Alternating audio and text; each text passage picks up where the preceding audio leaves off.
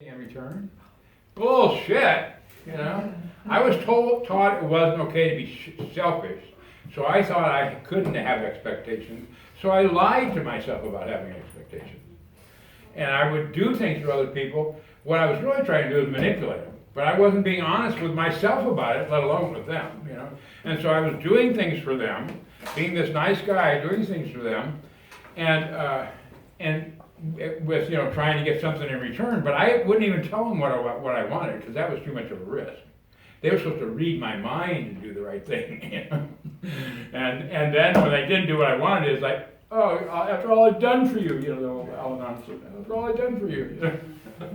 And so I needed to really look at that and realize that it was important for me to realize, I believe that no human being ever does anything that it doesn't have a selfish payoff, an ego selfish payoff.